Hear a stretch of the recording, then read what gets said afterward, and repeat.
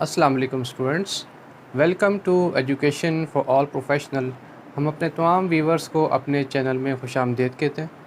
Students, आज हम जिस टॉपिक के बारे में बात करेंगे वो है इन्वेंट्री वैल्यूएशन। ठीक है स्टूडेंट्स, इन्वेंट्री वैल्यूएशन इसके बेसिक कॉन्सेप्ट आपको बताएंगे और आपको कुछ इसके मेथड्स भी बताएंगे जिसके थ्रू इन्वेंट्री वैल्यूएशंस जो है उसकी वैल्यूएशन निकाली जाती है आपकी इन्वेंट्री की। तो बिना टाइम ज़ाया किए अपने चलते हैं आज के लेक्चर की तरफ। Let's start. सबसे पहले ये कह रहा है जैसे student, what is inventory valuation.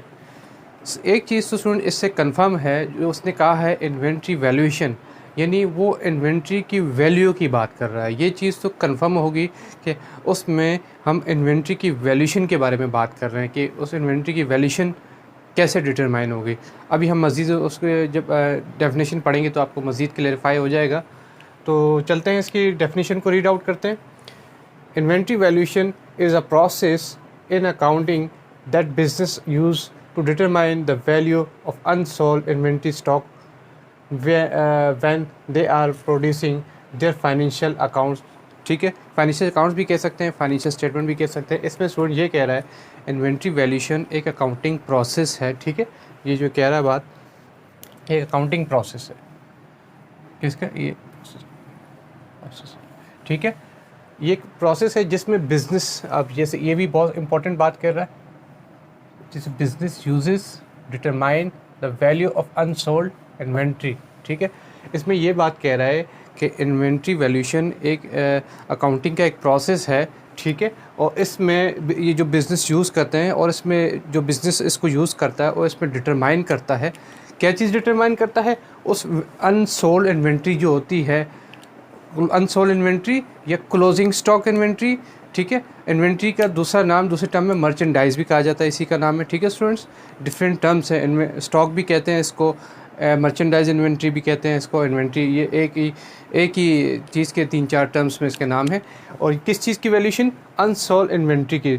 और ये डिटरमाइन कब की जाती है इसकी वैल्यूएशन? जब वो फाइनेंशियल स्टेटमेंट, वो कंपनी फाइनेंशियल स्टेटमेंट प्रोड्यूस कर रही होती है, बना रही होती है उस पीरियड की, तो उसके लिए ये वैल्यूएशन की जाती है। ठीक है स्टूडेंट्स, अब आगे पढ़ते हैं, आगे समझाते हैं आपको। For an organisation, inventory stock is an asset that must have a monetary value in order to be recorded on the balance sheet. दूसरी इंपॉर्टेंट बात इसने की, वो ये कह रहा है कि जो यहाँ से है ऑर्गेनाइजेशन, जो भी ऑर्गेनाइजेशन है जो इन्वेंट्री की वैल्यूएशन करेंगी एसेट की, ठीक है, ये एसेट होता है एक्चुअली, इसका करंट एसेट जिसको कहा जाता है। ये करंट एसेट कहाँ पे रिप्रेजेंट हो रहा होता है? ये आपके बैलेंस शीट में करंट एसेट के वाले पोर्शन में जाके नीचे इन्वेंट्री करके प्रेजेंट हो रहा होता है। ठीक है, ये उसकी बात कर रहा है। ठीक है स्टूडेंट, अब ये कह रहा है कि जो organisation inventory stock in asset must, उनकी मॉनेटरी वैल्यू होती है, वो मॉनेटरी वैल्यू में उसको वहाँ पे डिफ़ाइन किया जाता है बैलेंस शीट में जाके करंट एसेट में। ये बात कर रहा है। ये जैसे stock value of unsold inventory stock when they are producing their financial accounts for an organisation, inventory stock is an asset. ये भी वही बात करें, asset must have monetary value. ज़ाहिर सी बात है, क्वांटिटी बेस पे बात नहीं होती, मॉनेटरी वैल्यू बेस पे बात होती है, जब भी तो वैल्यूएशन की बात कर रहा है वो। ठीक है स्टूडेंट, मॉनेटरी वैल्यू होती है, और ये जो मॉनेटरी वैल्यू और ये किस में रिकॉर्ड होती है? बैलेंस शीट में। ठीक है, बैलेंस शीट में, और बैलेंस शीट में किस जगह जाके? एसेट के हेड में रिकॉर्ड होती है, एसेट के हेड में करंट एसेट में जाके इसको रिकॉर्ड किया जाता है। ठीक है स्टूडेंट्स, और आगे ये बात कर रहा है your inventory turnover ratio can be calculated using this value, which can be help you plan your purchasing decision। एक ये बात ये कह रहा है स्टूडेंट, जो आपकी इन्वेंट्री वैल्यूएशन आएगी, जो उसकी वैल्यू निकल के आएगी, ठीक है, अब उस वैल्यू को एक तो वो रिप्रेजेंट होगी किस में? बैलेंस शीट में, करंट एसेट में जाके। दूसरा एक और यूज़ भी होगा उसका, और यूज़ ये होगा, फिर इन्वेंट्री के रेशियोज़ होते हैं डिफरेंट, हम आगे जाके आपको रेशियोज़ के भी वर्किंग से आएंगे कि रेशियो कैसे कैलकुलेट होते हैं। इन्वेंट्री के जब रेशो निकालेंगे, उस रेशो के लिए भी हमें इस वैल्यू की ज़रूरत पड़ेगी, तो उसमें भी ये हमें ये वैल्यू काफ़ी हेल्पफुल होगी। ठीक है, इसमें भी यही बात कर रहे हैं। और वो रेशो इसलिए कैलकुलेट किया जाता है, इससे पता चलता है कि आपके उस पीरियड में इन्वेंट्री कितनी मूव हुई। ठीक है, कितनी मूव हुई, और उसी रेशो से आपको काफ़ी हेल्प मिलती है, काफ़ी असिस्टेंस मिलती है कि अब आपको मज़ीद कितनी परचेज़ करने की ज़रूरत है। फिर आगे परचेज़ डिसीजन उन्हीं रेशोज़ के बिहाफ पे लिए जाते हैं। ठीक है स्टूडेंट्स, ये तो इसमें डेफिनेशन में बात ये आपको मैंने जैसे डिफ़ाइन किया कि इन्वेंट्री वैल्यूएशन होती कैसे, डिटरमाइन कैसे किया जाता है। ठीक है, और फिर हमने कहा कि बैलेंस शीट में इसको रिप्रेजेंट किया जाता है करंट एसेट में जाके। अभी इसके जैसे ये बात की ना स्टूडेंट्स, जैसे ये बात कर रहा था business uses to determine the value of unsold inventory. अब यहाँ पे बिज़नेस यूसेज की बात कर रहा ना, ये बिज़नेस क्यों कहा इसने, हर बिज़नेस अपने नेचर ऑफ प्रोडक्ट के हिसाब से वैल्यूएशन कर रहा होता है। ऐसा नहीं कि सारे बिज़नेस एक ही मेथड को यूज़ करके अपनी इन्वेंट्री के लिए वैल्यूएशन निकाल रहे होते हैं। हर बिज़नेस, हर इंडस्ट्री अपनी अलग अलग नेचर ऑफ प्रोडक्ट के हिसाब से, अपनी अलग अलग नेचर ऑफ बिज़नेस के हिसाब से अपने प्रोडक्ट की या स्टॉक की या अपनी इन्वेंट्री की वैल्यूएशन कर रहे होते हैं।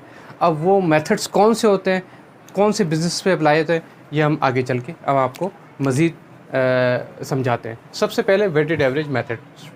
वेटेड एवरेज मेथड स्टूडेंट्स वो होता है, इसको आप कह लें वेटेड एवरेज मेथड वो इंडस्ट्रीज़ यूज़ करती हैं जो लिक्विड फॉर्म में जिनकी प्रोडक्ट होती है, जैसे ऑयल है, या लिक्विड फॉर्म में भी हो सकती है, गैस की सूरत में भी हो सकती है।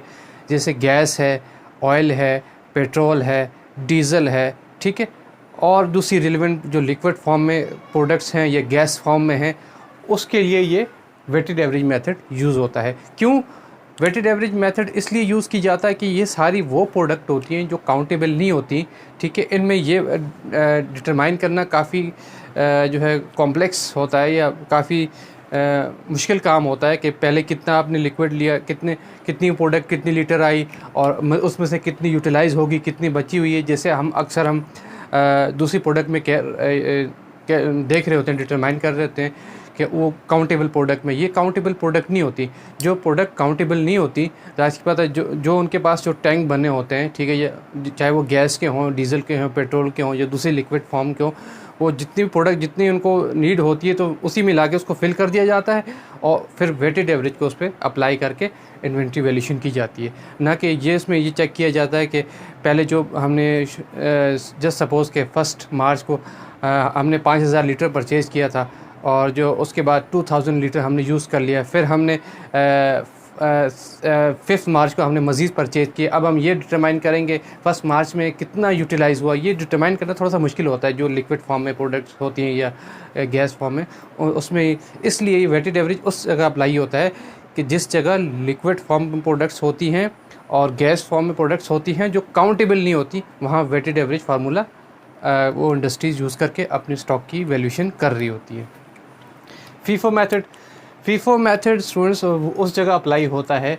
ठीक है, अब फीफो मेथड उस जगह अप्लाई होता है जो पेरिशेबल प्रोडक्ट्स होती है। पेरिशेबल प्रोडक्ट्स कौन सी स्टूडेंट्स होती हैं, आप ये समझ लें जो ज़्यादा टाइम पीरियड के लिए आप उसको सेव नहीं कर सकते, जो टाइम टू टाइम अपना टेस्ट को चेंज कर देती हैं, जिसमें फ्रूट्स हो सकते हैं, जिसमें वेजिटेबल्स हो सकती हैं। ठीक है स्टूडेंट्स, जैसे मैंने यहाँ पे टेस्ट बेसिस पे लिखे हैं, जिसमें फ्रूट हो सकता है, जिसमें वेजिटेबल्स हो सकती हैं, जिसमें बीफ हो सकता है, जिसमें चिकन हो सकता है। ठीक है, और दूसरी रिलेवेंट प्रोडक्ट्स जो है जो ज़्यादा टाइम पीरियड के लिए नहीं आपको स्टॉक में रख सकते, वो क्योंकि टाइम टू टाइम वो उनका टेस्ट चेंज होता है, वो यूजेबल नहीं रहती, तो उसके लिए फीफो मेथड यूज़ किया जाता है। क्यों? फीफो का मतलब फर्स्ट इन फर्स्ट आउट, जो पहले आएगी उसको पहले सेल आउट करोगे। क्यों? मिसाल के तौर पे फ्रूट है, फ्रूट का कोई बिज़नेस है, जो सबसे पहले फ्रूट में लूँगा, जो मेरे स्टॉक में होगा उसको पहले सेल आउट करूँगा। अगर मैं नहीं करूँगा, वो फ्रूट या वो चिकन या दूसरा कोई प्रोडक्ट है, वो क्या होगा, उसका टेस्ट चेंज हो जाएगा, वो वेस्ट हो जाएगी और मेरा लॉस हो जाएगा उसमें। इसलिए first in first out perishable product पे रखा गया है, जो ज़्यादा लॉन्ग टर्म के लिए ज़्यादा यूजेबल नहीं होती। इनका मतलब एक लिमिटेड इनकी लाइफ होती है इन प्रोडक्ट की, तो उनको एक टाइम फ्रेम के अंदर ही यूटिलाइज़ कर दी, जिसमें जैसे आपको बताया फ्रूट, वेजिटेबल, चिकन, बीफ, ठीक है, ये चीज़ें होती हैं। इनको जैसे ही आप फर्स्ट इन फर्स्ट आउट के बेस पे इनको इनकी वैल्यूएशन की जाती है। ठीक है स्टूडेंट, पेरिशेबल प्रोडक्ट्स इनको कहा जाता है।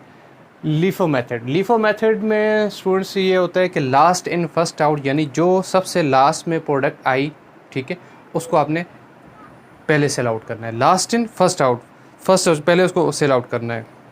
ये किस पे अप्लाई होता है? नॉन पेरिशेबल प्रोडक्ट्स पे। यानी ये वो इंडस्ट्रीज़ यूज़ कर रही होती हैं जो नॉर्मली हम लोग प्रोडक्ट यूज़ कर रहे होते हैं घर के लिए, या हम अक्सर मार्केट जा रहे होते हैं, ये उन प्रोडक्ट्स पे अप्लाई होता है। वो प्रोडक्ट्स कौन सी हो सकती हैं?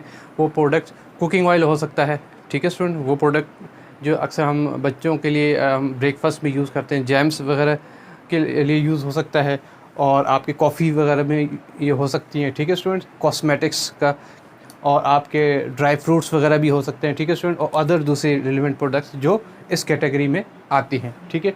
लीफो इसलिए क्योंकि ये सारी वो प्रोडक्ट्स होती हैं स्टूडेंट्स, इनका एक time frame as compared to perishable products ज़्यादा होता है।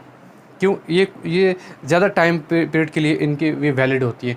ये मिसाल के तौर पे आप कुकिंग ऑयल लें, आप मार्केट में कुकिंग ऑयल लेने जाते हैं, आप पाउच ले लें या आप पूरा पैक ले लें, उसकी एक्सपायरी डेट होती है जो नॉर्मली 1 साल तो होती है, वरना 1 साल से ज़्यादा होती है, ठीक है। तो इसमें ये होता है, लास्ट इन फर्स्ट आउट में ये होता है, जो लास्ट में प्रोडक्ट हम परचेज़ करेंगे उसको पहले आप सोल आउट करना पड़ेगा। वो पहले इसलिए सोल आउट करना, सोल आउट फर्स्ट में वो होगी, लास्ट इन फर्स्ट आउट। जो लास्ट में आई पहले सोल्ड फर्स्ट वो होगी, इसलिए last in first out in products पे या लीफो मेथड इन प्रोडक्ट्स पे यूज़ होता है। ये 3 कैटेगरीज हैं स्टूडेंट्स। वैसे बहुत से स्टूडेंट्स को जानते होंगे इन मेथड्स के बारे में, लेकिन इस तरह की क्लासिफिकेशन बहुत कम स्टूडेंट्स को पता होती है कि ये मेथड्स किन एरिया पे अप्लाई होती हैं, कौन सी इंडस्ट्रीज़ इनको यूज़ करती हैं, और कैसे नेचर प्रोडक्ट के हिसाब से ये मेथड्स अप्लाई हो रहे होते हैं, ठीक है स्टूडेंट। उम्मीद है कि ये तीनों कैटेगरी आपको समझ में आ रही होंगी, जिसमें वेटेड एवरेज, वैक भी कहते हैं, WAC, और फीफो मेथड और लीफो मेथड, ठीक है स्टूडेंट्स। उम्मीद करता हूँ स्टूडेंट्स आज का लेक्चर आपको समझ में आ गया होगा, और अगर फिर भी आपको कोई क्वेश्चन पूछना हो तो कमेंट सेक्शन में आप हमसे पूछ सकते हैं, और नेक्स्ट लेक्चर में हम आपको इन्हीं मेथड्स की प्रैक्टिस जो है आपको कराएंगे, प्रैक्टिकल प्रॉब्लम्स होंगी। तो नेक्स्ट लेक्चर जो है आएगा, उसमें प्रैक्टिस के साथ साथ हम आपको ग्राफ की सूरत में भी इसको रिप्रेजेंट करेंगे, ठीक है स्टूडेंट्स। और साथ साथ में आपको ग्राफ के थ्रू ये क्लेरिफाई करेंगे कि इन तीनों मेथड्स में क्या डिफरेंस होता है, और साथ में आपको जब इनकी वैल्यूएशन कर रहे होंगे साथ में ये भी बताएंगे कि जब इनकी वैल्यूएशन होगी तीनों मेथड से स्टॉक में कितना डिफरेंस आता है, तीनों की क्लोजिंग इन्वेंट्री में क्या डिफरेंस आता है, उसका इम्पैक्ट बताएंगे फाइनेंशियल स्टेटमेंट में, ठीक है स्टूडेंट। उम्मीद करता हूँ स्टूडेंट आज का लेक्चर आपको समझ में आ गया होगा। अगर आपको हमारा आज का लेक्चर अच्छा लगा तो हमारी वीडियोस को कर दें लाइक, शेयर करें हमारी वीडियोस को, सब्सक्राइब करें हमारे चैनल को, और बेल आइकन को ज़रूर प्रेस करें ताकि आने वाले लेक्चर्स का नोटिफिकेशन आप तक पहुँच सके। तो नेक्स्ट लेक्चर तक के लिए हमें दें इजाज़त। अल्लाह हाफ़िज़।